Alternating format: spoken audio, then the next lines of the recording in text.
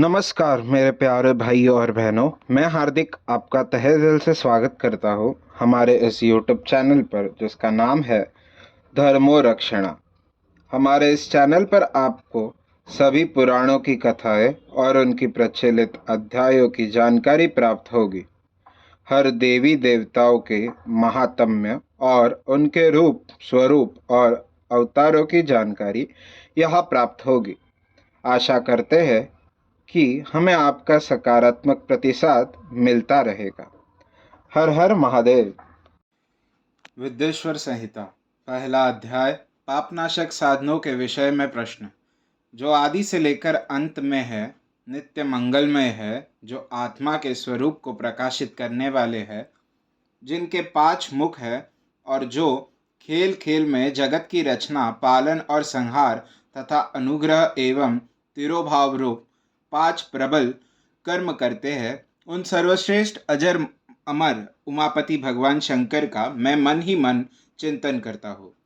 व्यास जी कहते हैं, धर्म का महान क्षेत्र जहाँ गंगा यमुना का संगम है, उस पुण्य प्रयाग जो ब्रह्मलोक का मार्ग है, वहाँ एक बार महातेजस्वी महाभाग महात्मा मुनियों ने विशाल यज्ञ का आयोजन किया। उस ज्ञान यज्ञ का समाचार सुनकर पौराणिक शिरोमणि व्यास जी के शिष्य सूत जी वहां मुनियों के दर्शन के लिए आए। सूत जी का सभी मुनियों ने विधिवत स्वागत व सत्कार किया तथा उनकी स्तुति करते हुए हाथ जोड़कर उनसे कहा, हे सर्वज्ञ विद्वान रोमहर्षण जी, आप बड़े भाग्यशाली हैं। आपने स्वयं व्यास जी के मुख से पुराण विद्या प्राप्त की है। आप आश्चर्य स्वरूप कथाओं का भंडार है। आप भूत भविष्य और वर्तमान के ज्ञाता है। हमारा सौभाग्य है कि आपके दर्शन हुए। आपका यहाँ आना निर्थक नहीं हो सकता। आप कल्याणकारी है। उत्तम बुद्धि वाले सूत जी, यदि आपका अनुग्रह हो तो गोपनीय होने पर भी आप शुभाशुभ तत्व का वर्णन करें, जिससे हमारी तृप्ति नहीं होती और उसे सुनने की हमारी इच्छा ऐसी ही रहती रहे।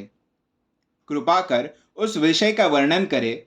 घोर कलयुग आने पर मनुष्य पुण्य कर्म से दूर होकर दुराचार में फंस जाएंगे, दूसरों की बुराई करेंगे, पराई स्त्रियों के प्रति आस्तक होंगे, हिंसा करेंगे, मूर्ख नास्तिक और पशुबुद्धि हो जाएंगे। सूत जी, कलयुग में वेद प्रतिपादित वर्ण आश्रम व्यवस्था नष्ट हो जाएगी। प्रत्येक वर्ण और आश्रम में रहने वाले अपने अपने धर्मों के आचरण का परित्याग कर विपरीत आचरण करने में सुख प्राप्त करेंगे।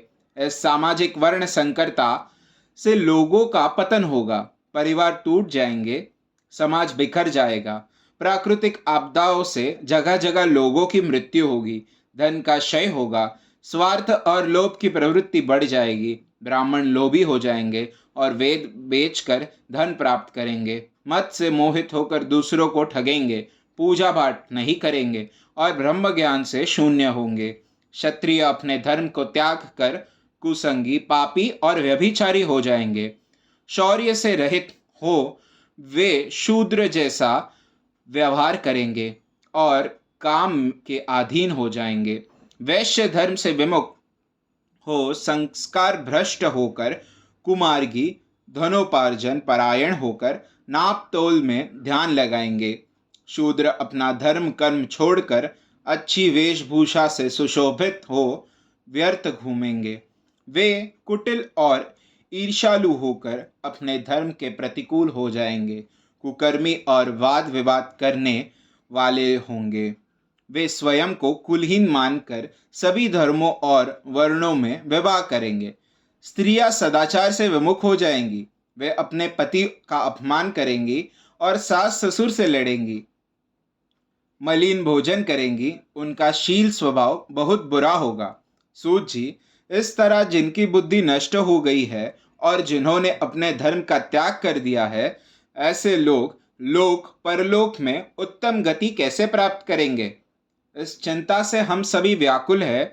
परोपकार के समान कोई धर्म नहीं है। इस धर्म का पालन करने वाला दूसरों को सुखी करता हुआ स्वयं भी प्रसन्नता अनुभव करता है। यह भगवान, यह भावना यदि निष्काम हो तो कर्ता का हृदय शुद्ध करते हुए उसे परम गति प्रदान करती है।